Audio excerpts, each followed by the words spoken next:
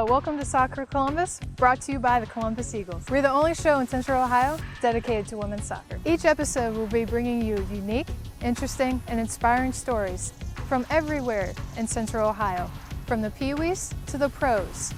I'm your host, Sarah Ammons. On our first episode, we will catch up with Pickerington native and captain of the U.S. Women's Beach Soccer National Team, Megan Wharton. I'm also going to talk to Columbus Eagles owner Mark Wise about the upcoming indoor season. We will also hear from up-and-coming sports commentators Wally and Weed. Recent women's soccer converts, the guys analyze the success of the NWSL Challenge Cup and look to the future of the league. I will also sit down with Columbus Eagles player Summer Borsier. We're going to talk about how we both navigated soccer through clubs, school, and beyond. Finally, we'll tag along as Summer tries to teach some soccer fundamentals to our own Jacob Kaufman in the Eagles Academy. But first, we're going to start with a truly inspiring hometown story.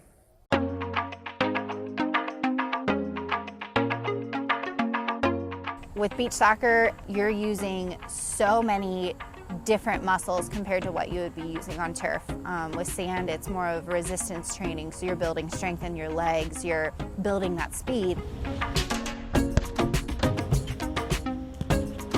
A lot of it is played in the air, solely because the sand is so unpredictable. The ball could be a perfect pass to you on the ground, it hits the sand mound, it's going left, or it's going right, or it's going to pop up right in your face. You have no idea what's going to happen. The intensity is probably double of what you're going to experience on grass or turf. I started playing when I was about 3 years old. They actually had to sign a waiver because I was too young to play. It was the Little Rec League, and where your shirts are coming down to your knees, and that's kind of where it first started. So after that, I started playing rec for Pickerington, and it was fun, but then I realized I wanted to step out of my comfort zone. If you want to play the best of the best, you kind of have to reach out there, find those teams, and play in those bigger leagues. So I tried out and started playing for Blast FC out of Westerville. I graduated from Pickerington High School Central, played 4 years of varsity, 4 years starter, and senior captain there. Loved my time there. It was great playing with high school friends, more of a social sport that you really just kind of got to enjoy. Playing in club, I was recruited to local Ohio Dominican University. I wanted to play at the highest level possible while still being able to go to school for what academically I wanted to. Once college ended, it was co-ed indoor, and through friends, met a lot of people, enjoyed just playing, still being competitive, staying active. About 4 years ago, my best friend asked me, hey, there's this beach soccer tournament in Virginia Beach, would you want to play? Of course, I'm like, yeah, beach soccer? That sounds amazing. Little did I know it was completely different. It was extremely hard, and it made me feel like I had never played soccer before. So many different elements, so many different things to figure out and challenges, but I instantly kind of fell in love. The call and the email came that they were building a U.S. Women's Beach Soccer National Team, and it was a surreal moment. You get an email with the U.S. Soccer crest on it, and you're like, this isn't spam, is it? Are they trying to sell like products, sell me something? But you see your name on a roster, and it just like my first grade dreams of becoming a pro soccer player are coming true, just maybe not on grass. First and foremost, it's a huge honor because you are a part of this team of other women that have played soccer on turf, on grass at very high levels. Some have played semi-pro, some have played pro. So being able to come together and play beach soccer, which we're all still learning, is amazing. There is no time for egos, there's no time for drama, there's no time for any of this. We have a bigger purpose. We need to set a great example. We need to build this strong foundation based on great character and great leadership and great teammates. And that was probably the best thing ever, was realizing like, we've got a good group here. I'm excited for this. I'm not like, I'm nervous, but I know my teammates are going to support me. For the team, I am the only non-California player. It's tough, just knowing that it is just me out here. But what's great about Columbus and the friends and the support group I have here is that a lot of us have played beach soccer. So we can get together and do like, hey, you want to play foot volley? Do you want to do this? Do you want to just kind of get some fitness in on the sand?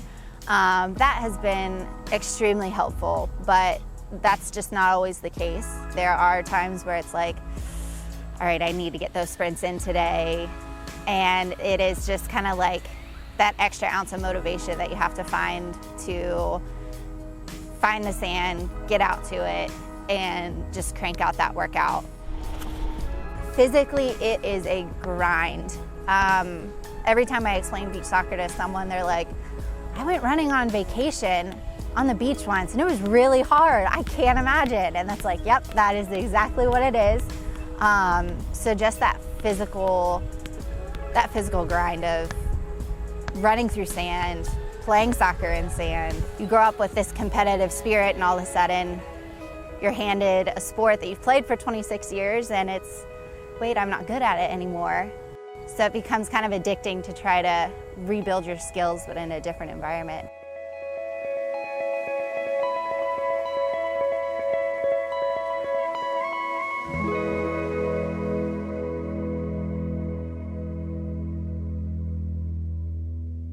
Such a great story. Really makes me want to hit the sand.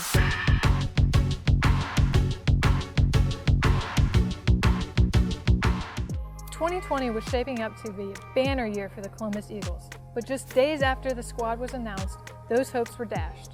Due to concerns over COVID-19, the WPSL was forced to forego the 2020 season altogether.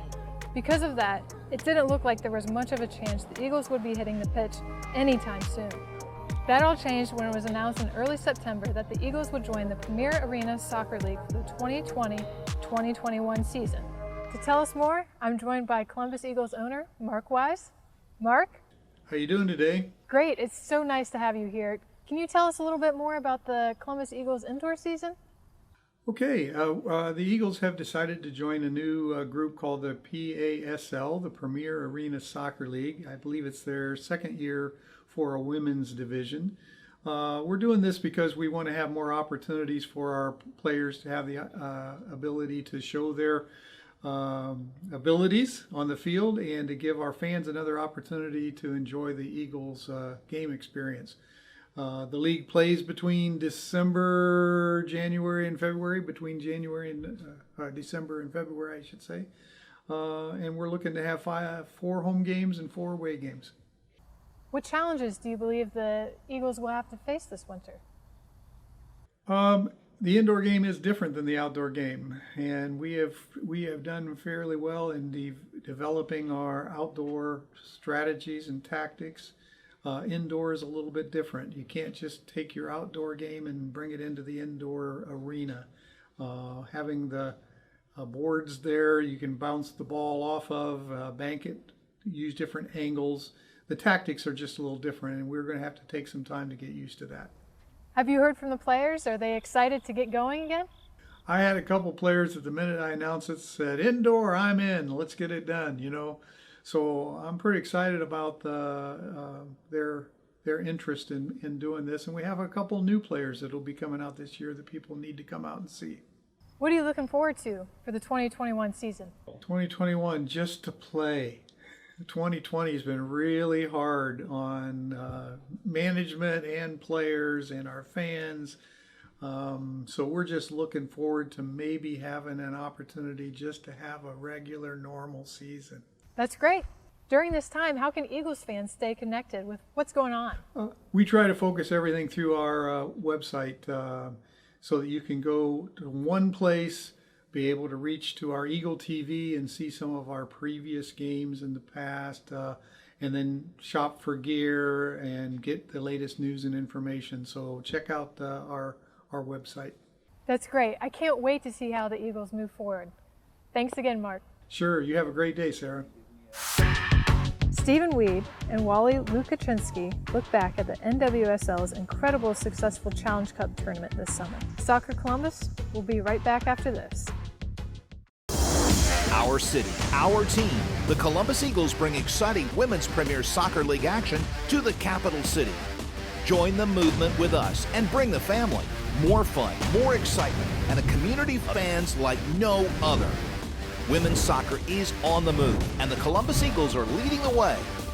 Purchase a membership or game day ticket from our website, ColumbusEaglesFC.com. Fly with us today. Welcome back to Soccer Columbus, brought to you by the Columbus Eagles. Our friends Wally and Weed are podcasters, commentators, and all-around sports fanatics. And this past summer, like so many new fans across the country, they fell in love with the professional women's soccer, thanks to the NWSL's Challenge Cup. At the conclusion of the event, the pair took a moment to break down the tournament and look forward to the promising future for this league. And welcome to Eagle TV, brought to you by the Columbus Eagles FC. We are at Caddy's Delight here in Grandview, Ohio. Next to me, joining me, Mr. Walter Lukaczynski. How we doing tonight, man? Dude, it's awesome. Sports are finally back. We got to see a champion crown this last week in the Houston Dash. It's a good time to talk soccer. First thing, there's going to be 2 new expansion teams here for the NWSL. Is the NWSL expanding too fast or not fast enough? I think it's actually at a pretty good pace right now, just because if you do consider, there's never been a more popular time for women's soccer. You get to see the women's national team is electric every 4 years. Everybody wants to watch women's soccer right now. So I think it's a good time. You've seen what the league's been able to do. Honestly, it gives the league more credibility. When you have leagues with less than 10 teams, it doesn't feel as challenging, and I don't feel like people respect the champions as much. So now that we are getting into the double digits, I do think it is a very credible and exciting time for the NWSL. Absolutely, and I know we were talking about it. MLS started back in '96. Mm-hmm. They started with 10 teams, and they didn't have another expansion team until at least, I want to say 2005. So that's basically 10 full seasons without that. And then they got to 11. Here the NWSL started in 2012. I think the fact that they're going to start expanding now, it's the right time to expand. Is Columbus ready for an NWSL team? I don't know if there's a city more ready. I mean, This is the birth of the beginning of the MLS. The crew, they tried to take them away. Look what happened. The grassroots effort here in Cleveland to keep the team.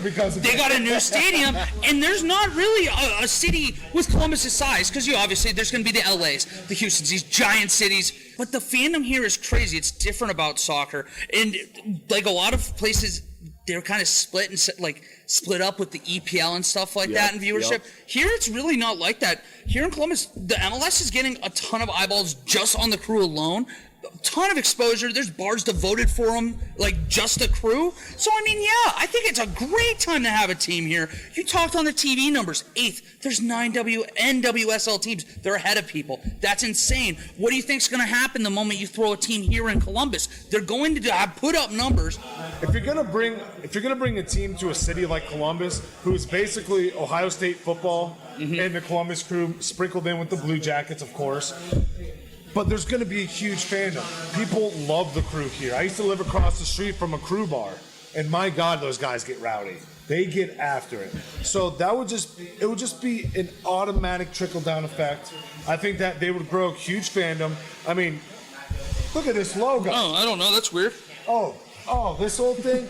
So I think, if anyone, if you're going to get an NWSL team, you're going to have to search around. Columbus Eagles obviously are going to be prime opportunity. Yeah, they're already in form. There's a lot of things logistically that you wouldn't really have to do because it's already getting taken care of right now. And that is all we have for you tonight on Eagle TV, brought to you by the Columbus Eagles FC. Shout out to Caddy's Delight here for having us again on West 3rd Avenue in Grandview. For my partner in crime, Mr. Walter Lukaczynski, thank you for joining me tonight. Absolutely. I'm Stephen Weed on Eagles TV, and we will catch you next time. Great stuff, guys. You can hear much more from Wally and Weed on Thursday nights by visiting the website scoreonair.com. And their new podcast, Turnover on Downs, is available now on Spotify and Apple Music. Up next, Columbus Eagles defender Summer Boursier sits down with me to talk about our journeys with soccer. Our city, our team. The Columbus Eagles bring exciting Women's Premier Soccer League action to the capital city. Join the movement with us and bring the family. More fun, more excitement, and a community of fans like no other. Women's soccer is on the move, and the Columbus Eagles are leading the way. Purchase a membership or game day ticket from our website, ColumbusEaglesFC.com. Fly with us today.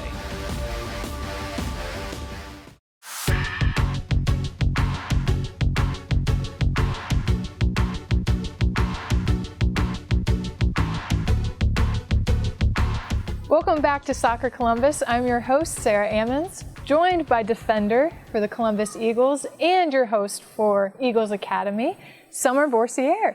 Thanks so much for having me, Sarah. I really appreciate it.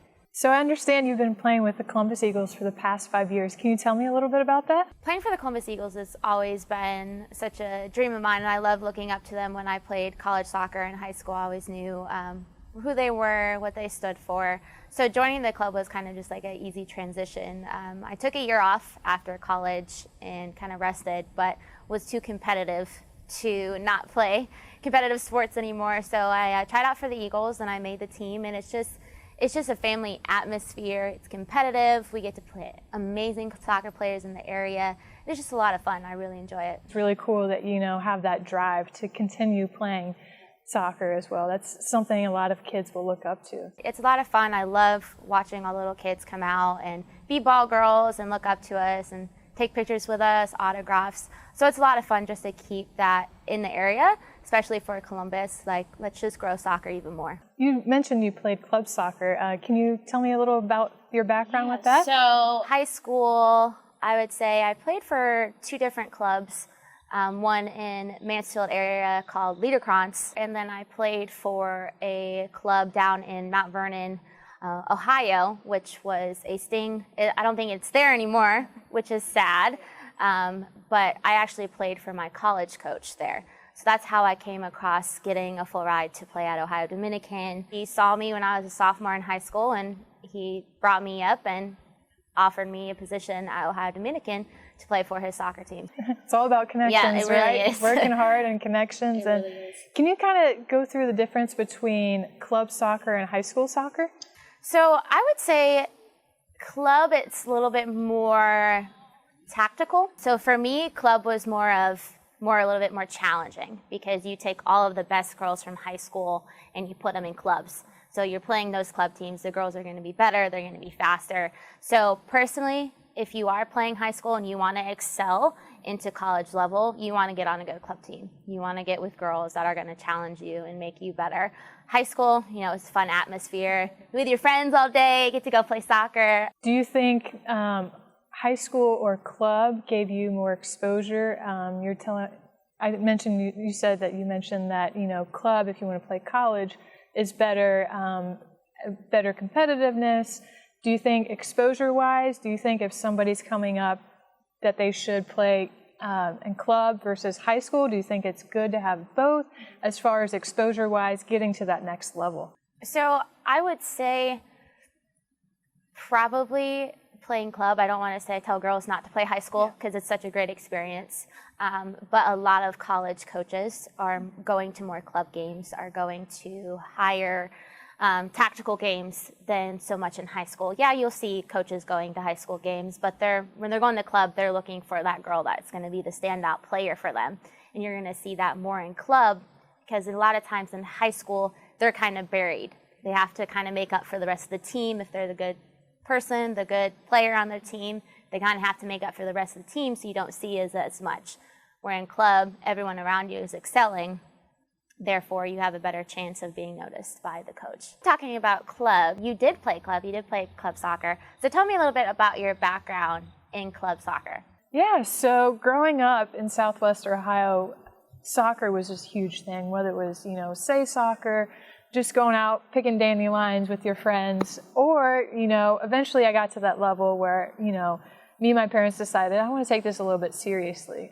So I decided to play for a club called Warren County United. So I ended up playing goalie. Nobody else on the team, at that young age wanted to get in front of those shots. So I was like, what the heck, why not? I'm tall.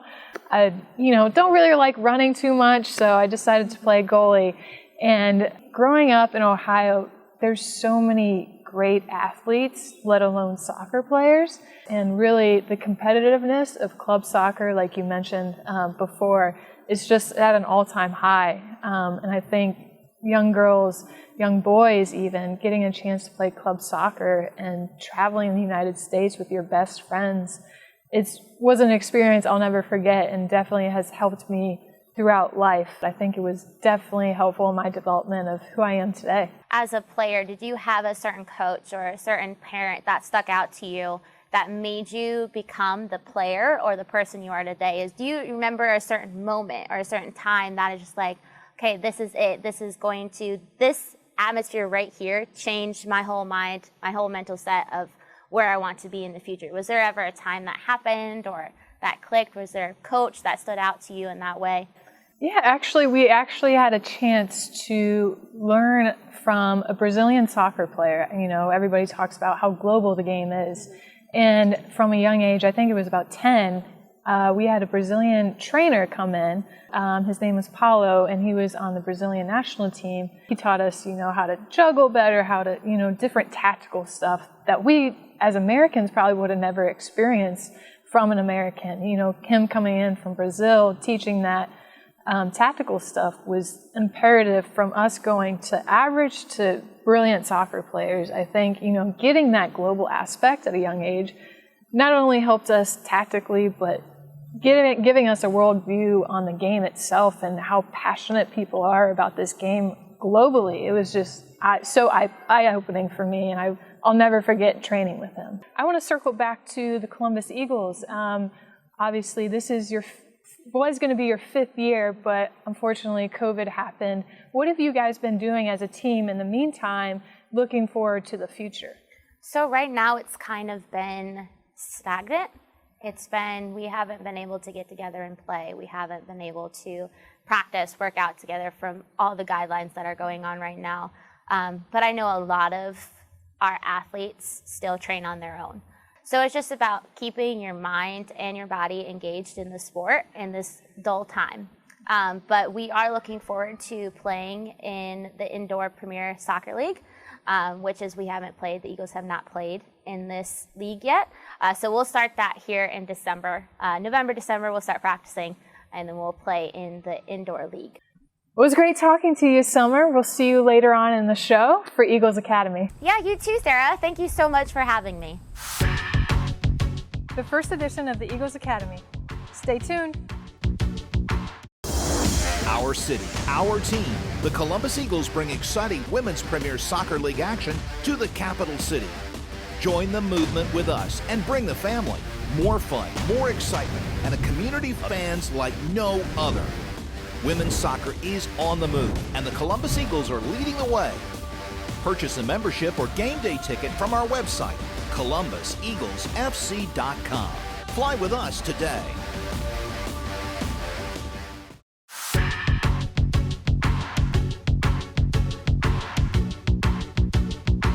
Hi, I'm Jacob Kaufman here with Summer Borsier from Columbus Eagles FC. And Summer, you're going to be teaching me some soccer moves today, right? Yes, we are. So we're going to learn some little fundamentals, and then we're going to go into an actual move. So I hope you're ready. I'm ready. Perfect. So first, Jacob, we're going to start with some fundamentals here. So we're going to do 10 toe touches on top of the ball. So what we're going to do, we're just going to get the feel of the ball first. So we're going to do 10 toe touches, just like this, bouncing up and down, trying to get the movement of the ball, okay? Okay. Ready? Now is that 10 each foot? 10 each foot. 10 each foot. Okay. Set, go. Yep, good. Keeping that ball in the same place. We're just getting a feeling for that ball. Perfect. Those are some pretty good toe touches, huh? Those are great. Those are great. So now we're going to go on to a little bit more difficult fundamental. Still working on touching the ball, receiving the ball. We're not going to go on to our skill yet, but I want you to get a little bit more feeling for the ball. So now we're going to hit it on the inside of our foot each way. Now we're going to get the ball moving just a tad, okay? Okay. So we're going to be always on our toes, ready to receive the ball. Inside, inside, inside, inside, inside. Okay, Okay. so I should land before I kick. Correct. Okay. Yep. All right. So go ahead and give it a try. Let me know if you have any questions, and I will coach you through. All Okay? right. Go Sounds ahead. good. Ready? Perfect. Hitting it a little wider. Yep. There you go. On your toes.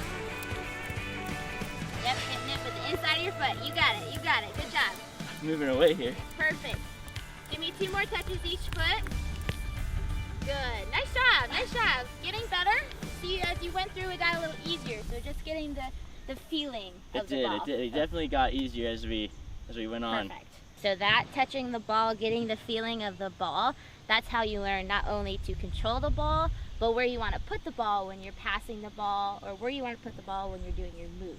So you can do these before every time you go into a practice or go into a drill. But I would say if you can do it at least 50, 100 times a day, getting touches on the ball, I think you'll be great. Fantastic. Yep. So now that we've worked on our fundamentals of touching the ball, we're going to go into a skill, and we're going to do what is called the scissor. Okay? So kind of just how it's explained, we're going to take whatever dominant foot you want to use, so if you're righty or lefty, and we're going to actually take outside and go inside to out. Okay. Okay? So we're just gonna, so right now we're going to just plant and just work on this movement right here. So nice around the ball. So just here. Perfect. Now we're getting used to that. One more time. Perfect. So now we're going to step the left of the ball and go around the ball again. Okay? So boom. Yep. Boom. Am I landing behind it? Yep, you are landing behind it. So you gotta do a full beside it and side then it. go Yep, but behind it. make sure that you don't step too wide. Okay. Okay, because when you're gonna go to do the move, you're gonna have to reach out even wider. Okay. So try to get as close as possible and step around the ball. Perfect. Okay. So that's the general basis of the or the scissors. I'm sorry. So once you step here, Okay. you're gonna bring your foot back. Then you're gonna go the opposite direction. Okay. Okay? So we're going to step around, step, bring this foot back, and go the opposite direction. Okay. Okay? How does that feel? Try it again, nice and slow. So do step. Step around the ball, Boom. push. Yep. Okay? So a little faster here. Step around, push. Step around, push. Boom. Perfect. Too far. Perfect. It's all right. It's all right. You're fast, so you make up for it. All right. Makes sense? Any questions? I don't think so. Other than look at something like this. Boom, Summer. How about that?